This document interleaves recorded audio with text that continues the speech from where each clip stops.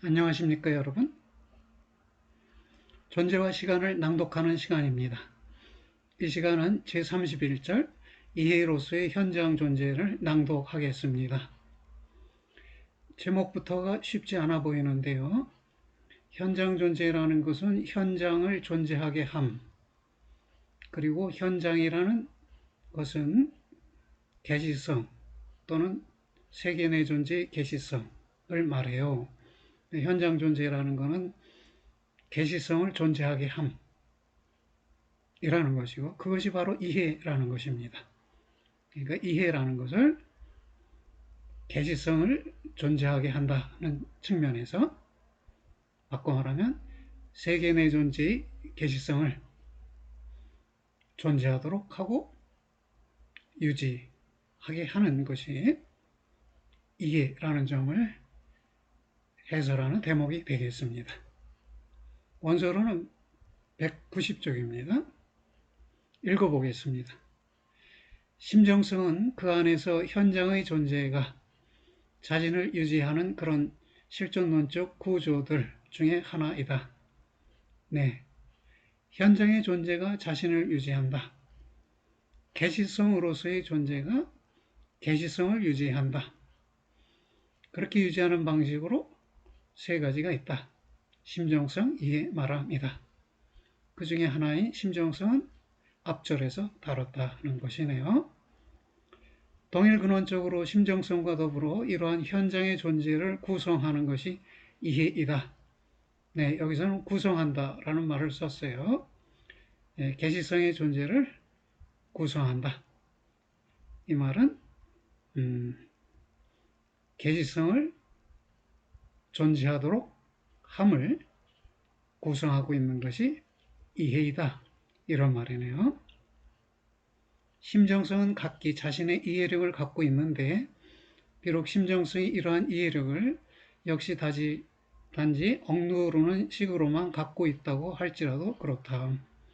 이해는 언제나 기분 지어진 이해이다. 예, 게슈팀테스 페어슈템. 그러면 기분 지어짐과 이해가 동근원적이다. 동일근원적이다. 근원을 동일하게 갖고 있다. 그 말이네요. 만약 우리가 이러한 것, 곧 기분 지어진 이해를 기초적인 실존 범주로 해석한다면 이로써 예고되는 것은 이러한 현상이 현존재의 존재의 근본 양상으로 개념화된다는 점이다. 현존재의 존재의 근본 양상이 기본 지어진 이해이다. 이해는 그 반대로 곧 다른 인식 유형들 중에서 가령 설명과 구별되는 하나의 가능한 인식 유형이라는 의미에서의 이해는 이러한 설명과 더불어 현장 일반의 존재를 함께 구성하는 1차적 이해의 실존론적 파생태로 해석되지 않으면 안 된다. 네, 설명이라는 것은 결과에 대해 원인을 제시하는 것이고요. 좁은 의미에서의 이해는 행동에 대해서 동기를 제시하는 것이에요. 그런데 1차적 의미에서의 이해, 이것은 설명과 좁은 의미의 이해를 가능하게 하는 것이자 그것들에 선행하는 것이고, 이러한 근원적 의미의 이해로부터 파생된 파생태들이 설명과 좁은 의미의 이해라는 것입니다. 지금까지 연구는 여하튼 역시 이미 이러한 근원적 이해에 부딪혀 있었지만 그것을 명시적으로 주제 속으로 들어서게 하지는 않았다. 현존재는 실존하면서 자신의 현장이다 라는 것은 일단 다음을 말한다. 현존재가 자신의 현장이다. 자신의 계시성이다. 세계 내 존재의 계시성이 현존재이다. 이 말은 현존재가 계시성을 계시성으로 존재하게 한다. 이런 말이겠네요. 예, 첫째로 세계가 거기에 있다. 즉 계시되어 있다. 라는 말이고, 이것은 세계의 현장 존재가 내 존재이다. 라는 말이라는 것입니다. 안에 있다라는 말이 세계의 현장을 존재하게 한다라는 말이네요. 세계는 계시성의 일부라고 했죠. 계시성은 세계의 계시성이자 나의 계시성이에요. 그러면 세계 내 존재라고 할 때 내 존재는 세계의 현장 존재이다. 세계라는 현장을 존재하게 한다는 뜻이다 라고 이해되네요. 둘째로, 그리고 이러한 내 존재도 마찬가지로 거기에 있고 더욱이 그것 때문에 현 존재가 존재하는 그것으로서 있다.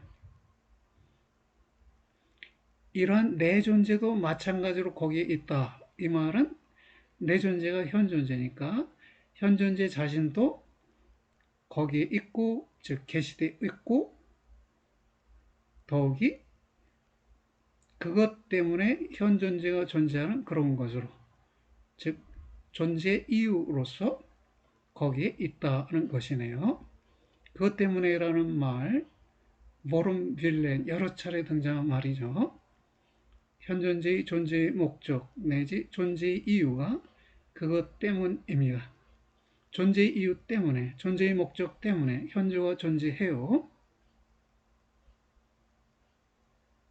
그랬을 때 그 존재의 이유나 존재 목적에 해당하는 것이 내 존재 안에 있음, 세계의 현장으로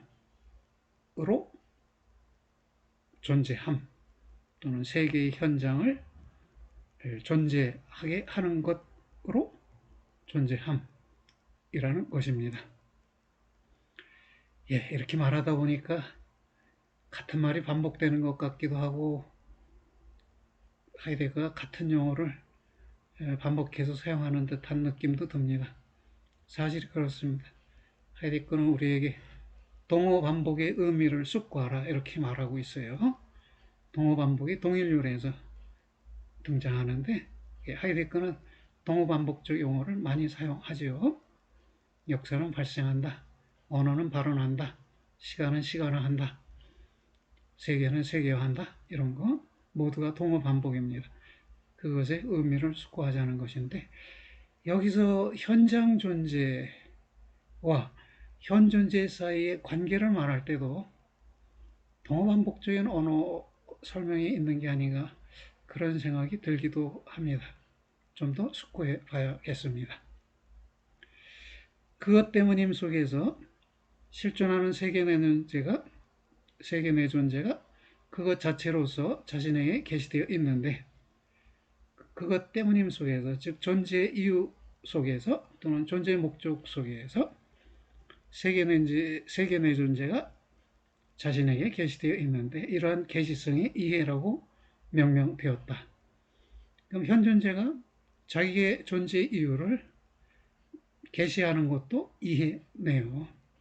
현 존재가 세계를 계시하는 것도 이해요. 자기의 존재를 계시하는 것도 이해요. 자기의 존재 이유를 계시하는 것도 이해요. 자기의 공동 존재를 계시하는 것도 이해요. 자기가 관계하는 존재자의 존재를 계시하는 것도 이해네요. 그 모든 것을 포괄해서 현장 존재 이렇게 설명했어요.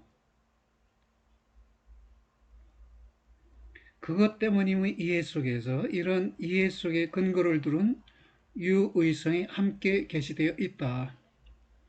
그것 때문이면 현재의 존재 이유이고요. 현 존재의 존재 이유이고요.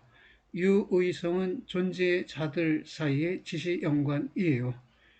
그 현 존재자들의 지시 연관은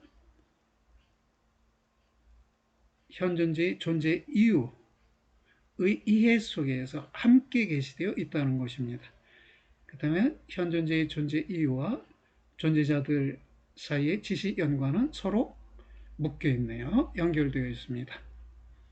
그것 때문임의 이해 속에서 이런 이해 속에 근거를 두는 유의성이 함께 계시되어 있다. 예, 반복해서 읽었습니다. 이해의 계시성은 그것 때문임 및 유의성의 계시성으로 완전한 세계 내 존재의 동일 근원적으로 관련된다. 그럼 그것 때문이면 현 존재에 해당하는 것이고 유의성은 존재자에 해당하는 것이네요. 그 양쪽에 다 관련된 것이 이해의 계시성이다. 그랬습니다. 유의성은 그것에 의거해 세계가 그것 자체로서 계시되어 있는 그런 것이다. 예, 세계는 우리가 살고 있는 그곳이고요. 이 세계의 세계성 내지 세계의 구조를 유의성이라고 하고요. 이 유의성은 존재자들의 지시연관 내지 존재자들의 쓸모연관이라고 했습니다. 그것 때문임과 유의성이 현존재 속에 계시되어 있다는 점은 다음을 말한다. 현존재는 세계 내 존재로서의 그에게 세계 내 존재 자체가 문시되는 그런 존재자이다. 그러면 세계 내 존재라는 말 속에서 세계와 내 존재, 즉 세계라는 유의미성과 내 존재라는 현존재의 존재의 이유가 함께 사유되어야 하네요. 우리는 때때로 존재자적인 말함 속에서 어떤 것을 이해한다라는 표현을 어떤 일에 책임을 맡을 수 있다, 어떤 일을 감당할 수 있다, 어떤 것을 할 수 있다라는 의미에서 사용한다. 존재자적인 말함, 이 말은 존재자의 존재에 대해 말함, 이런 말이에요. 존재론적인 말함, 이렇게 표현되면 존재의 구조에 대해 말함, 이런 뜻이고요. 실존 범주로서의 이해함 속에서 할 수 있게 되는 것은 쾌넨에 대해서 수동 완료형인가요? 수동 과거분사형의 명사형 게콘테스 할 수 있게 되는 것. 이것은 어떤 무엇이 아니라 실존함으로서의 존재이다. 현존재는 실존함, 존재함, 그것을 할 수 있는 것 또는 할 수 있게 되는 것으로 이해하고 있다는 것이에요. 이해함 속에 실존론적으로 놓여 있는 것은 존재 구조론적으로 놓여 있는 것은 존재 가능이라는 현존재의 존재 유형이다. 현존재는 어떤 것을 할 수 있음을 부가물로 소유하는 존재자가 아니라 눈앞에 단순히 있는 존재자가 아니라 1차적으로 가능 존재이다. 가능한 존재, 이렇게도 가능하고 저렇게도 가능하게 존재함이다. 현존재는 각기 그가 무엇일 수 있는가에서의 그 무엇이고 그가 어떤 방식으로 자신의 가능성인가에서의 그 방식이다. 자기가 되고 싶은 무엇이고 자기가 하고 싶은 어떻게이고 무엇과 어떻게, 무엇과 방식, 그것이 현존재 자신이 결정하는 것이고 바로 그런 결정 가능성을 품고 있는 현존재를 존재 가능 이렇게 표현한다는 것입니다. 현존재는 각기 그가 무엇일 수 있는가에서의 그 무엇이고 그가 어떤 방식으로 자신의 가능성인가에서의 그 방식이다. 예, 한 번 더 읽었네요. 현존재의 본질적인 가능 존재. 앞에서는 가능 존재라고 그랬죠. 다시 한번 가능 존재가 나왔고 뒤에는 존재 가능이라는 말이 나오는데 약간의 의미 차이는 있겠지만 근원적으로는 동일한 것을 가리키는 듯 합니다. 현존재의 본질적인 가능 존재는 세계에 대한 배려, 타인들에 대한 고려라는 앞에서 성격 규정된 방식들에 관련되고 타인들을 고려함이 가능한 존재이고 또 세계를 배려함이 가능한 존재이네요. 또 이러한 모든 것들 속에서 언제나 이미 자기 때문에 자기 자신으로 향한 존재 가능이다.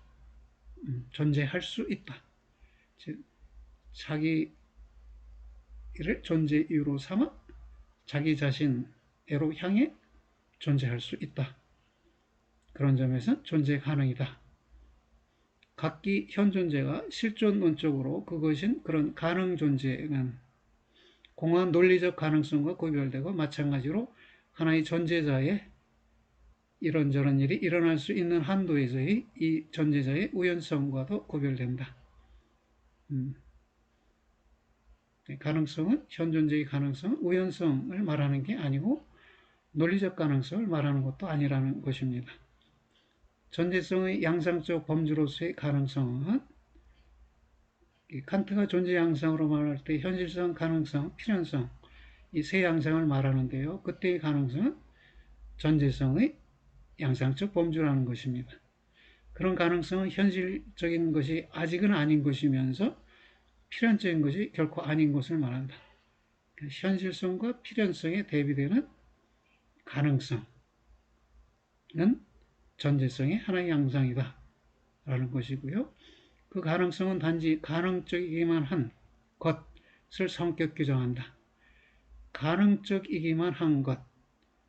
그렇다면 그 가능성에 대해서 관계를 맺지는 못한다는 것이네요. 현 존재는 자기의 가능성에 대해서 관계를 맺죠. 그렇다면 현 존재의 가능성은 가능적인 것으로만 있지 않고 이것에 관계를 맺는 현 존재에게 직접적인 영향을 미쳐요.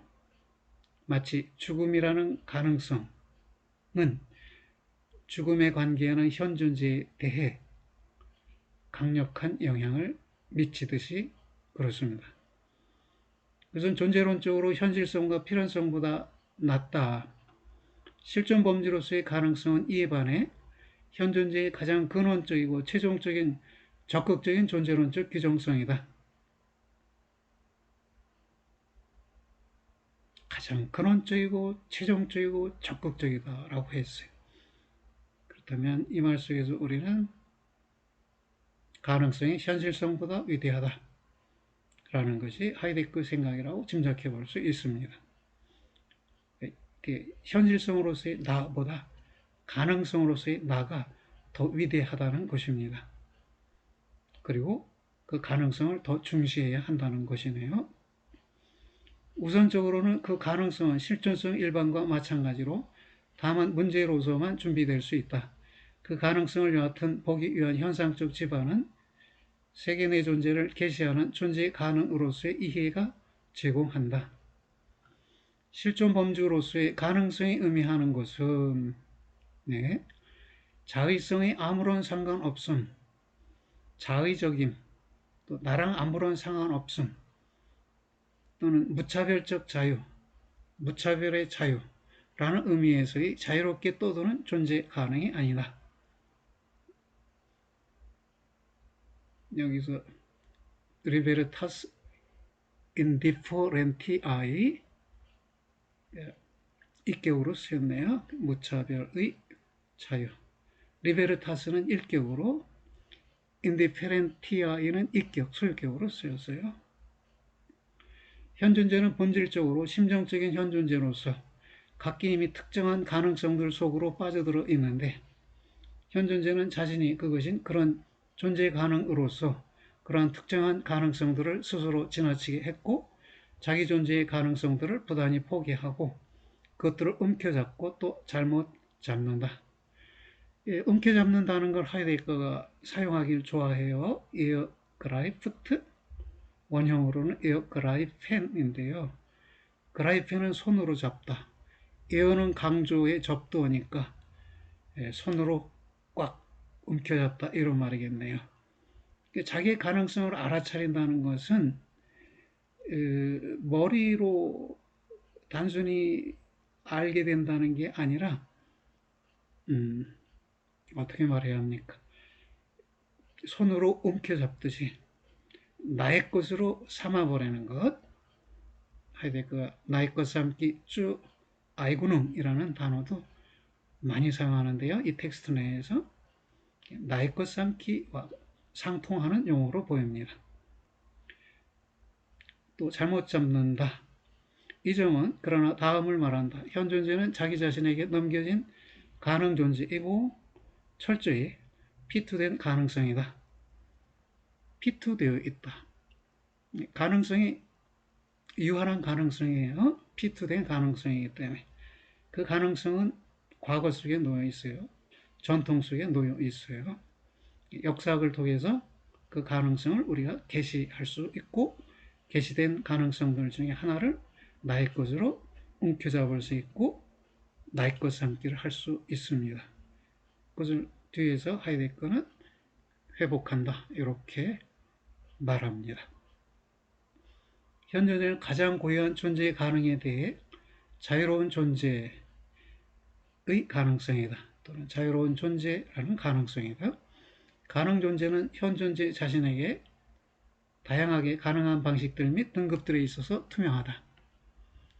이해는 그러한 존재의 가능의 존재인데 이렇게 이해할 수도 있고 저렇게 이해할 수도 있고요. 이해한 대로 존재할 수도 있고 이해한 대로 존재하지 않을 수도 있어요.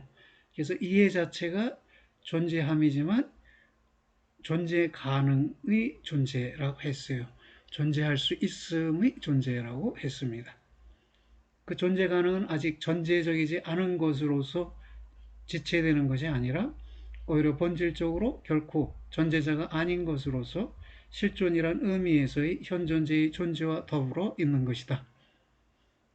예, 이해라는 존재 가능은 현존재와 더불어 있다. 전제적으로 있는 것이 아니다.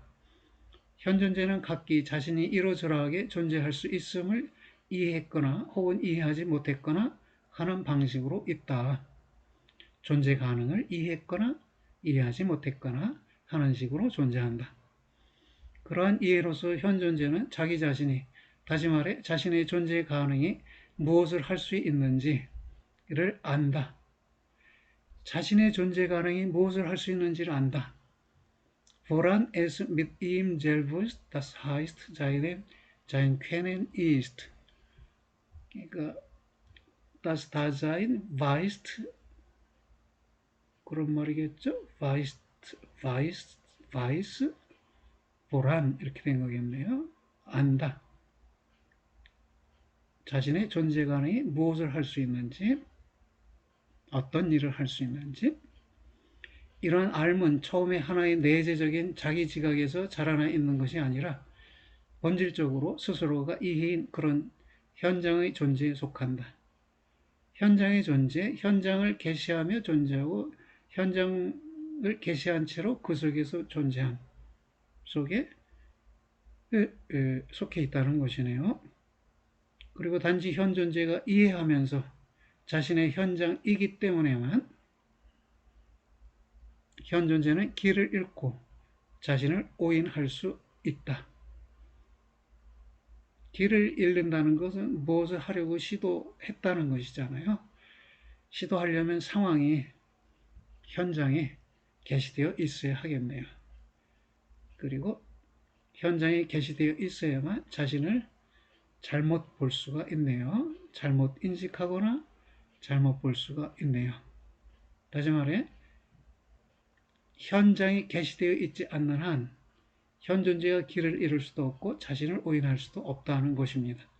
자기 오인의 전제이자 길을 잃는 것의 전제가 현장의 계시성이고 현존재가 현장을 이해하면서 계시하고 있다는 점이라는 것입니다. 그리고 이해가 심정적인 것이고 이러한 심정적인 것으로서 실존론적으로 피투성애로 넘겨져 있는 이해인 한도에서 피투되어 있는 이해인 한도에서 현존재는 각기 이미 길을 잃었고 자신을 오인했다. 피투성은 세계 속으로의 피투예요. 일상적 세계 속으로 피투됨에 있어서 현존재는 이미 자기 자신으로 다가오는 길을 잃었고 자신을 세인으로 간주함에 의해서 본래적인 자기를 오인한 것이네요. 대개 있어서 그렇다는 것입니다. 우리 모두가 zunächst und zumeist 우선적으로는 또 대개 있어서는 그렇게 길을 잃었고 자신을 오인했다는 것입니다. 여기 잃었다 오인했다는 현재 완료인데요. 과거의 행위가 현재까지 지속하는 것이 현재 완료인데 이것을 현재 완료적으로 표현하면 길을 잃은 채로 있고 자신을 오인한 채로 있다 이렇게 해야 하는데 그러면 있다라는 말이 즉 존재한다라는 말이 반복적으로 사용돼서 그냥 잃었다 오인했다 이렇게 번역이 되었습니다. 자신의 존재 가능에 있어서 현존재는 따라서 자신의 가능성들 속에서 비로소 다시 발견할 가능성으로 넘겨진 채로 존재한다. 길을 잃었고 자신을 오인했지만 자신을 다시 발견할 가능성으로 넘겨진 채로 가능성을 지닌 채로 존재한다는 것입니다. 이해는 현존재 자신의 고유한 존재 가능이라는 실존론적 존재이며 더욱이 이러한 실존론적 존재가 자기 자신에 입각해 자기 자신의 존재가 무엇을 할 수 있는지를 계시하는 식으로 그렇다. 이해는, 즉 우리의 이해는 우리가 또는 우리의 존재가 무엇을 할 수 있는지를 우리 자신에게 계시하고 있다는 것입니다. 이러한 실존 범주의 구조를, 즉 이해의 구조를 더욱 예리하게 파악하는 것이 중요하다. 이해는 계시함으로써 언제나 세계 내 존재의 전체적인 근본 구성틀에 관련된다. 존재 가능으로서 내 존재는 각기 세계 내 존재 가능이다. 내 존재는 존재 가능이네요. 더 넓히면 세계 내 존재 가능이고요. 부분을 말했지만 부분은 전체적 구조와 항상 관련된다고 했습니다.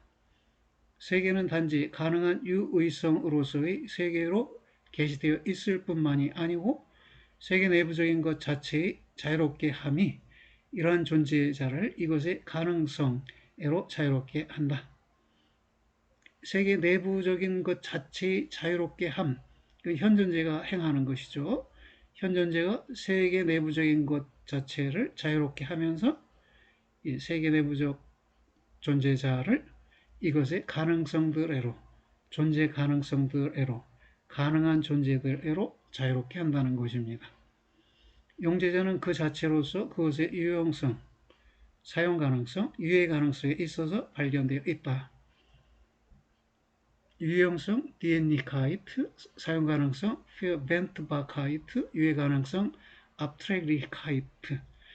이것들이 다 존재 방식이죠. 또는 존재 양상들이라고 할 수 있는데 용재자는 다양한 존재 양상 속에서 발견되어 있네요.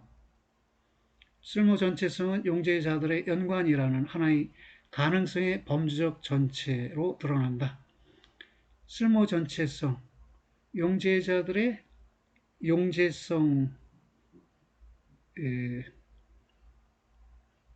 용재성과 더불어 쓸모가 함께 얘기되는데요. 용재성은 비자연에 해당하고 쓸모는 바스자연에 해당해요. 다시 말할까요? 용재자의 용재성은 용재자가 어떻게 있음에 해당하고 용재자의 쓸모는 용재자가 무엇으로 있음에 해당합니다. 전통적으로 언급되었던 비자연과 바스자연이 하이데크에 와서 쓸모와 용재성으로 물론 우선적으로 만나지는 존재자의 경우에 그렇게 쓸모와 용재성에 의해서 설명됩니다.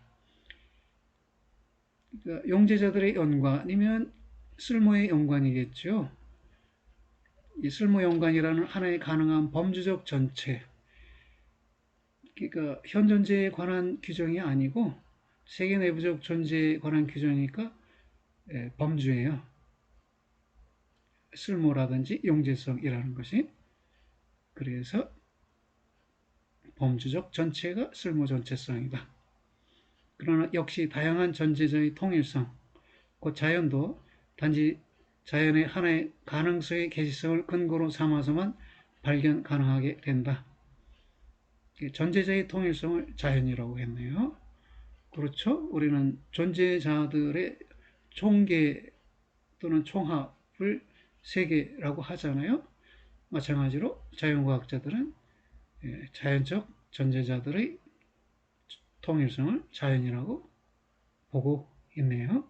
하이데크도 그 점을 인정해 주었습니다. 자연의 존재에 대한 물음이 자연의 가능 조건들을 목표로 삼는다는 점은 우연인가? 네.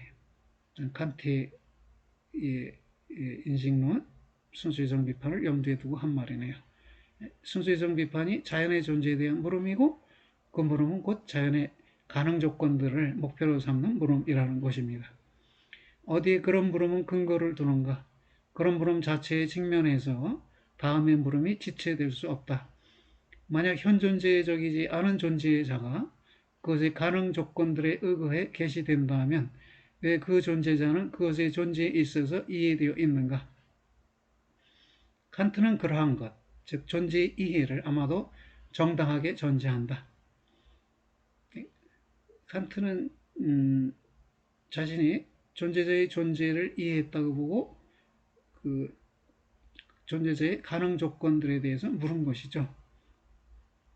그런 점에서 존재의 이해를 전제한 것인데 정당하게, 그러나 이러한 전제 자체는 그것의 정당성에 있어서 증명되지 않은 채로 남아 있을 수는 없다.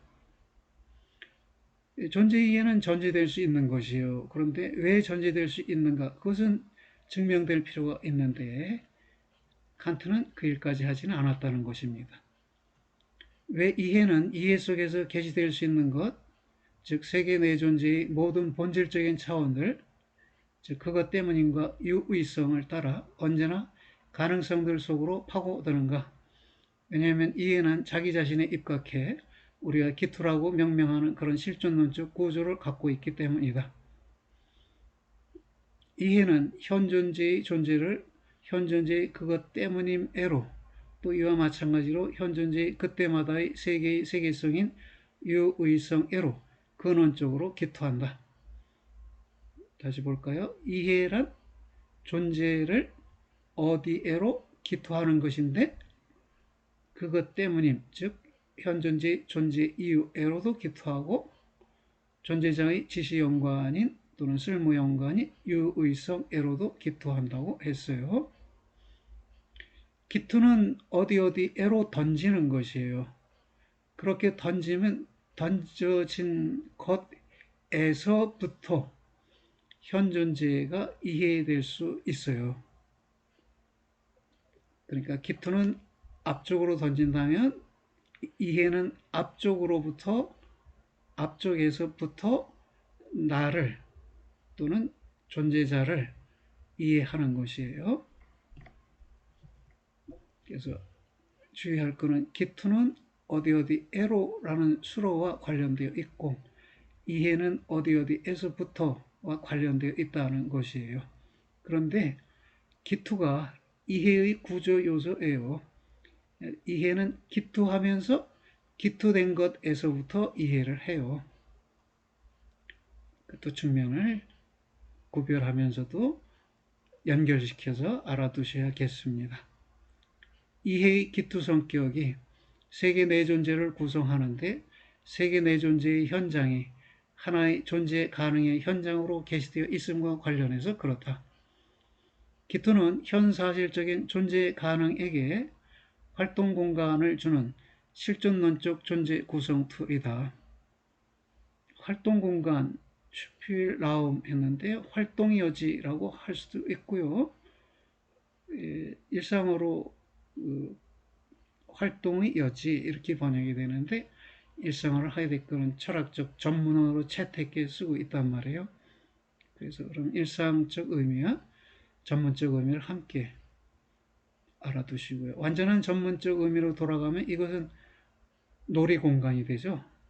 더 구체화되면 시간 놀이 공간이라고 정식화되는데 거기에 앞서서 지금 존재와 시간의 단계에서 하이데거는 슈필라움이라는 용어를 쓰는데 이것은 활동 공간 정도로 번역할 수 있겠습니다. 현사실적인 존재 가능에게 활동 공간을 주는 실존론적 존재 구성 틀이다. 자기의 존재를 이렇게도 기투해보고 저렇게도 기투해보면 현 존재가 활동할 다양한 존재가 있지요. 현 존재가 그것에서부터 자기를 이해할 다양한 가능성이 성립하네요. 그런 점이 활동 공간으로 표현된 듯 합니다.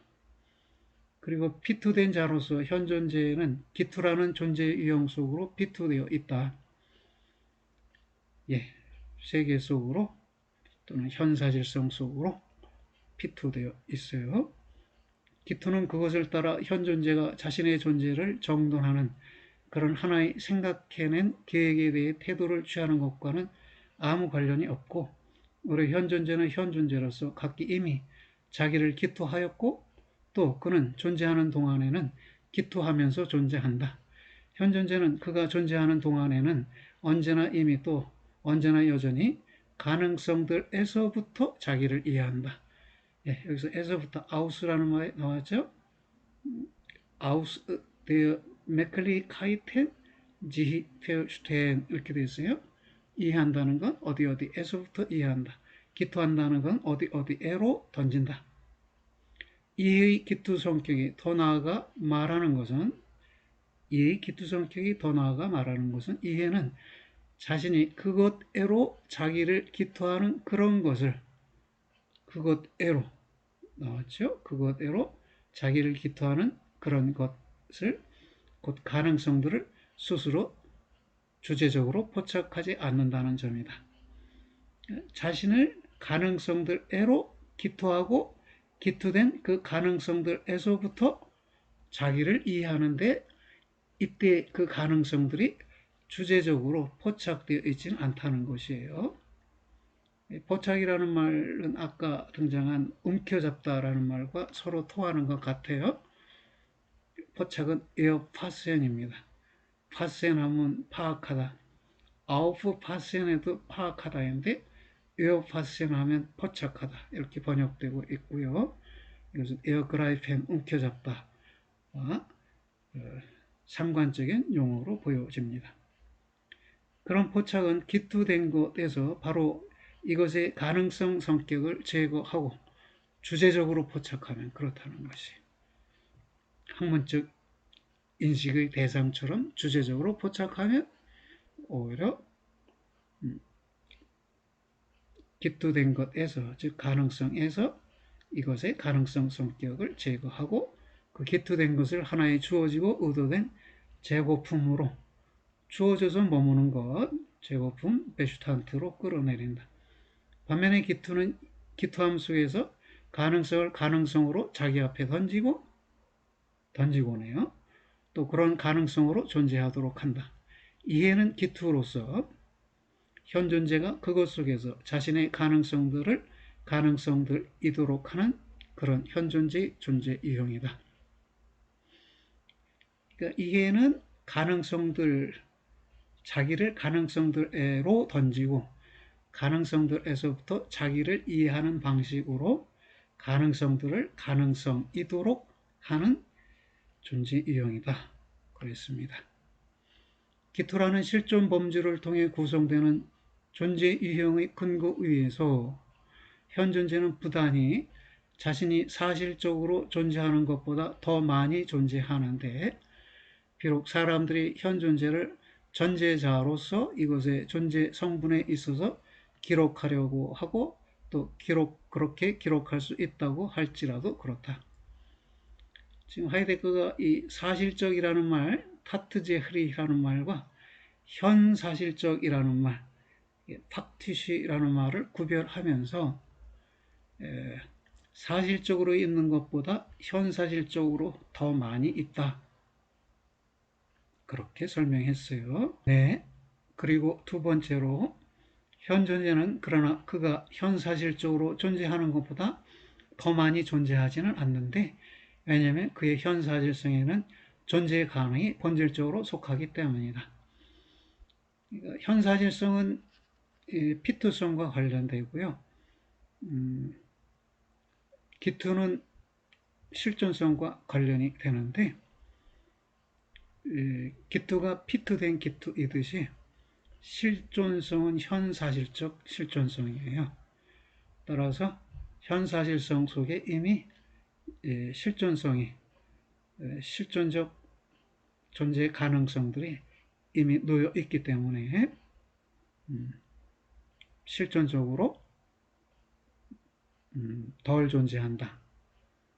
현사실성이 이렇게 말할 수 없다는 것입니다.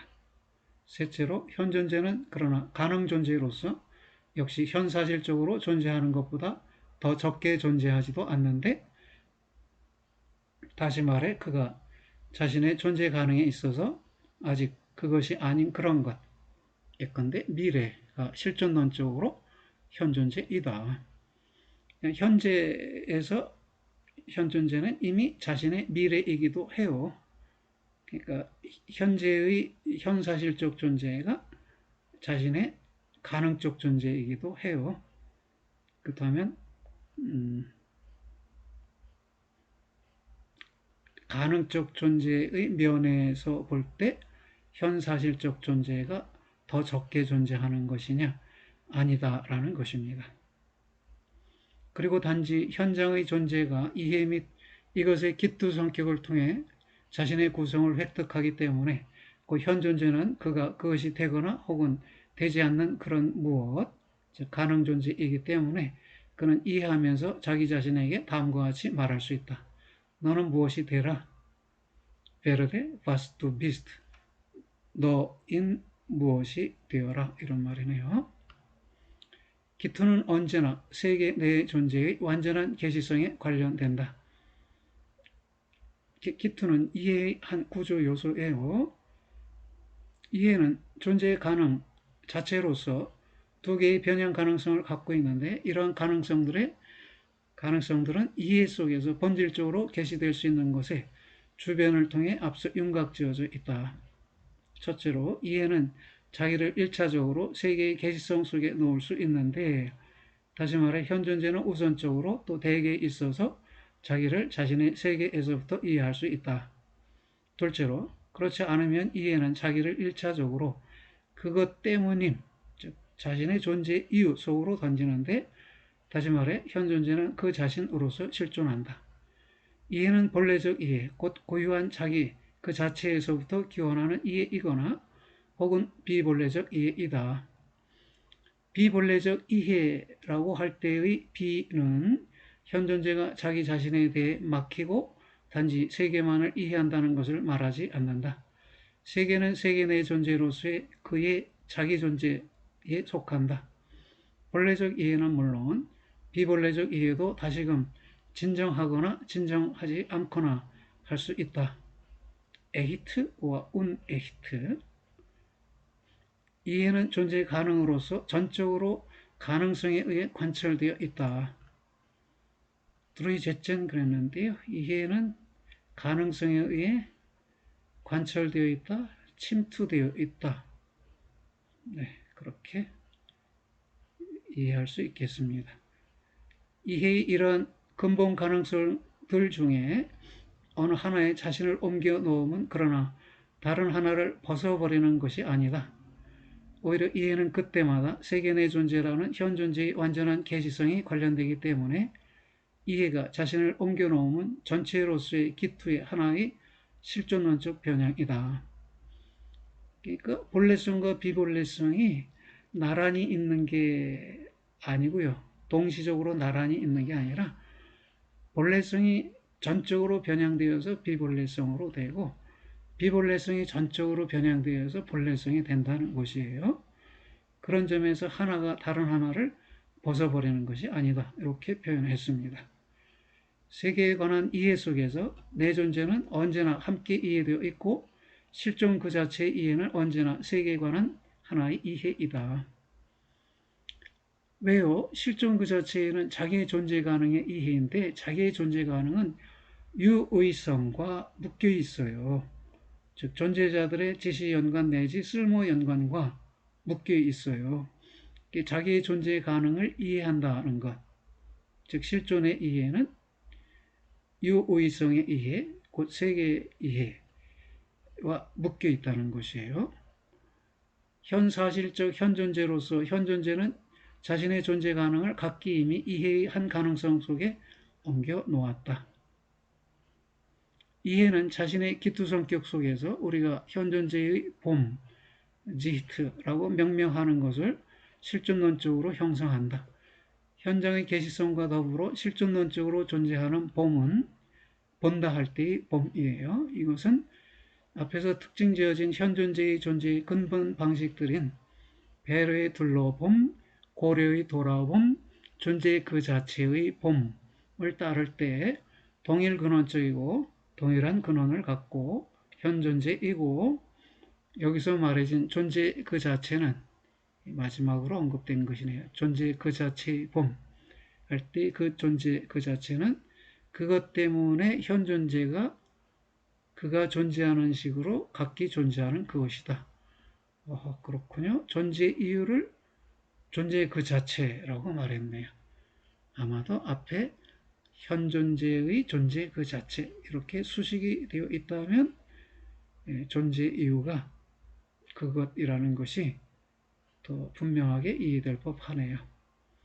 1차적으로 또 전체적으로 자신을 실존에 관계시키는 이러한 봄을 우리는 투명성, 드로이시티카이트라고 명명한다. 우리가 이러한 전문 용어를 선택하는 것은 잘 이해된 자기 인식을 표시하기 위해서이고, 잘 이해된 의미에서의 자기 인식. 사람들이 말하는 바 젤부스트 에어켄트니스라는 것은 자기가 자기에게 투명한 것을 의미한다는 것이에요. 자기가 자기에게 게시되어 있는 것, 그것이 자기에게 투명해져 있는 것이고, 그것이 제대로 이해된 의미에서의 자기인식이라는 것입니다. 자기인식에서 중요한 것은 자기라는 하나의 점, 아인 젤부스트 punk트를 지각하면서 찾아내고 조사함이 아니라 세계 내 존재의 본질적인 구성틀 요소들을 통해 세계 내 존재의 완전한 계시성을 이해하면서 움켜잡음이라는 것을 예고하기 위해서이다. 실존하는 존재자가 자기를 보는 것은 단지 현존재가 자신의 실존의 구성적 요소들인 세계 옆에서의 자신의 존재 및 타자들과의 공동존재에 있어서 동일 근원적으로 자기에게 투명하게 되어 있는 한도에서일 뿐이다. 거꾸로 현존재의 불투명성은 유일하게 또 1차적으로 자아중심적인 자기 속임들 속에만이 아니라 같은 정도로 세계에 대한 무지 속에도 뿌리를 두고 있다. 봄이라는 표현은 물론 하나의 오해로부터 보호된 채로 남아있지 않으면 안 된다. 그 표현은 우리가 현장의 계시성을 그것으로 성격 규정했던 그런 밝아져 있음, 리테트 하이트에 상응한다. 본다, 제헨이라는 것은 단지 육체적인 눈에 의한 지각만을 뜻하지 않고 역시 하나의 존재자를 그것의 전제성에 있어서 순수하게 비감각적으로 알아차림도 뜻하지 않는다. 봄의 실존론적 의미를 위해 요구되어 있는 것은 본다는 것의 그 독특성, 곧 본다는 것은 이것에 접근 가능한 존재자를 이것 자체에 입각해서 은폐되지 않은 채로 만나지게 한다는 점이다. 은폐되지 않은 채로 그 자신에 입각해 만나지게 하는 것, 그게 봄의 독특성이라는 것이네요. 이 점을 수행하는 것은 물론 자신의 순전한 발견 권역의 내부에서의 각종의 감각이다. 시각, 청각, 촉각, 저마다 발견 권역을 가지고 있지요. 철학의 전통은 그러나 처음부터 1차적으로 존재자 및 존재애로의 접근 유형으로서의 본다는 것에 방향 잡혀 있다. 전통적인 연관을 유지하기 위해 사람들은 봄과 본다는 것을 매우 폭넓게 정식화할 수 있는데, 이로써 존재자 및 존재애로의 접근 일반으로 성격 규정하는 그런 보편적 전문 용어가 획득되는 식으로, 즉 봄이라는 말에 의해 획득되는 식으로 그렇게 할 수 있다. 다음을 통해 곧 어떻게 모든 봄이 1차적으로 이해 속에 근거를 두는지가 나타내짐을 통해 배려의 둘러봄은 상식으로서의 이해인데, 순수한 직관에게서 이것의 우위가 제거되는데, 그 우위는 인식적으로 존재자의 전통적인 존재론적 우위에 상응하는 것이다. 순수한 직관, 지각으로서의 직관은 존재자에 관련되죠. 그러나 용재자에 관련시키면 배려의 둘러봄이 1차적인 봄이죠. 배려의 둘러봄이 용재자를 그것 자체에 입각해서 은폐되지 않은 채로 만나지게 하는 것이에요. 그래서 직관과 사유는 이해 두 개의 이미 멀리 떨어진 파생태들이다. 역시 현상적인 본질 직관도 실존론적인 이해의 근거를 둔다.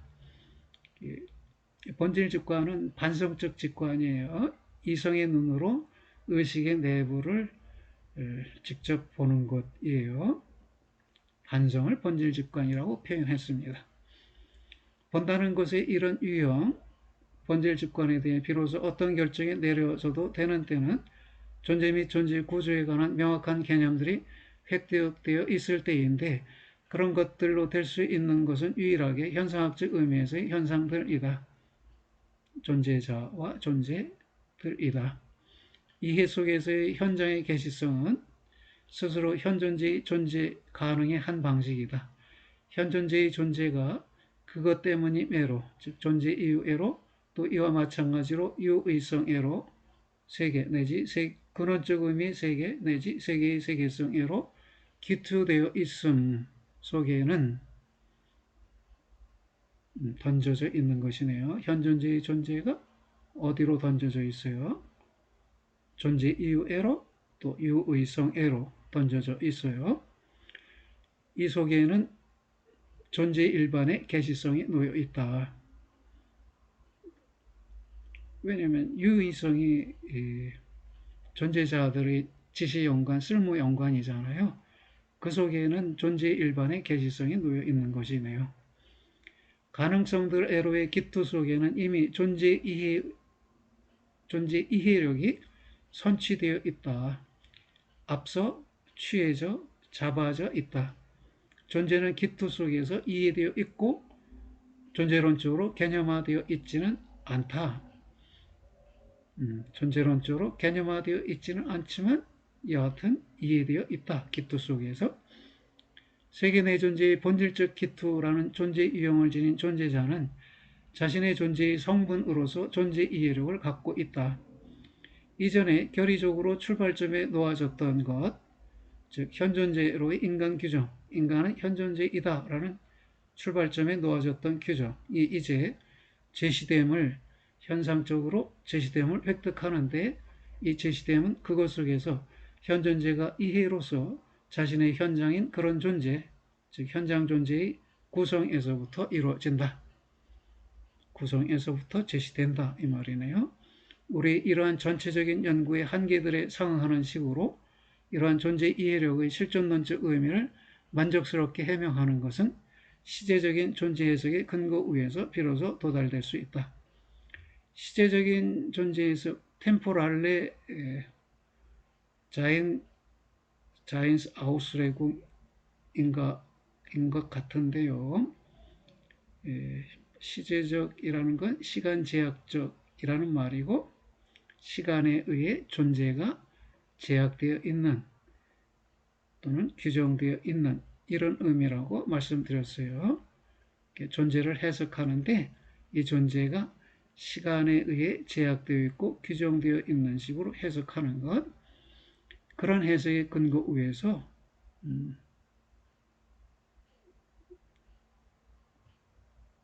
존재 이해력의 실존론적 의미를 만족스럽게 해명할 수 있다.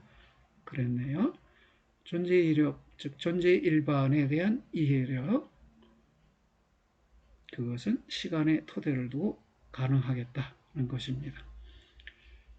그러니까 지금 존재와 시간 간행된 부분에서는 현존재의 존재를 시간성에 의해서 해설하는 데 치중하고 있고, 간행되지 않은 부분에서는 현존재가 아닌 존재자들의 존재를 시간에 의해서 해석하게 됩니다.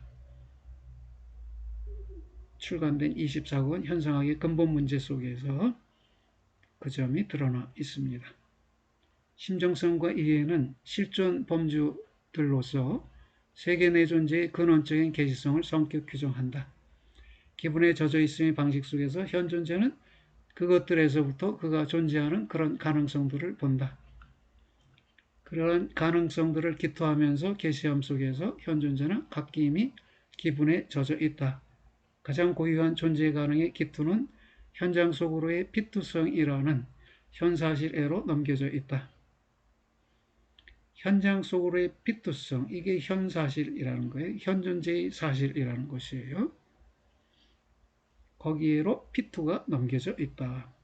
현장의 존재의 실존론적 구성틀을 피투된 기투라는 의미로 해설하는 것과 더불어 현존재의 존재는 더욱 수수께끼 같이 되지 않는가?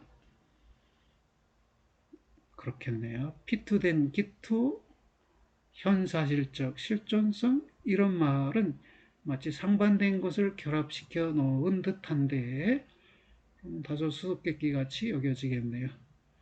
사실상 그렇다. 우리는 처음에 현존재의 존재의 완전한 수수께끼 같음이 출현하도록 하지 않으면 안 되는데, 비록 우리가 할 수 있는 것이 단지 그것, 즉 현존재의 존재의 해소로 인해 진정한 방식으로 난파할 수 있고, 또 피투된 채로 기투하는 세계 내 존재의 존재에 대한 물음을 새롭게 제기하는 것일 뿐이라고 할지라도 그렇다. 네. 그러면 이제 피투된 기투를 해설하다 보면 한편으로는 현존재의 존재가 해소되어서 윤곽이 불분명한 안개같이 사라져버릴 우려도 있다는 것이에요. 그러면 우리의 탐구 과제는 난파하겠네요. 아니면 그렇게 안개와 같이 또는 수수께끼와 같은 현상들의 드러남 속에서 우리는 존재에 대한 물음을 새롭게 제기해야 하는 단계로 넘어갈 수 있다는 것입니다. 물론 하이데거는 두 번째 단계를 택하게 돼요. 우선적으로 역시 단지 심정적인 이해의 곧 현장의 완전한 개시성의 일상적 존재 유형만이라도 현상적으로 충분히 시선 속으로 데려오기 위해서는 이러한 실존 범주들, 즉 심정성과 이해의 구체적인 마무리가 필요하다. 네, 그래서 나중에 즉 다음 장인가요? 염려가 논해지는 장에서 심정성이 다시 한번 논의되겠지만 바로 이어진 절에서는 이해에 대해서 논의하게 됩니다. 32절의 이해와 해석이고요. 이해는 근원적인 암이고요. 해석은 이해된 것을 나의 것으로 삼기예요. 나의 것으로 삼는 것. 혹은 좀 평이한 말로 말씀드리면 선행적으로 이해된 것을 재차 이해하는 것이 해석이에요. 즉 선이해의 재이해가 해석이다. 근데 하이데거 자신은 이 대목에서 이해된 것을 나의 것 삼는 것, 나의 것으로 삼는 것, 그게 해석이라고 설명하는데 이 부분은 다음 시간에 살펴보기로 하겠습니다. 예, 여러분 수고들 하셨어요. 안녕히 계세요.